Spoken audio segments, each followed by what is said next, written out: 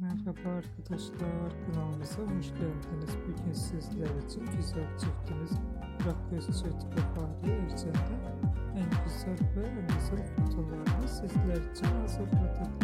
Burak Özçivit ve Fahriye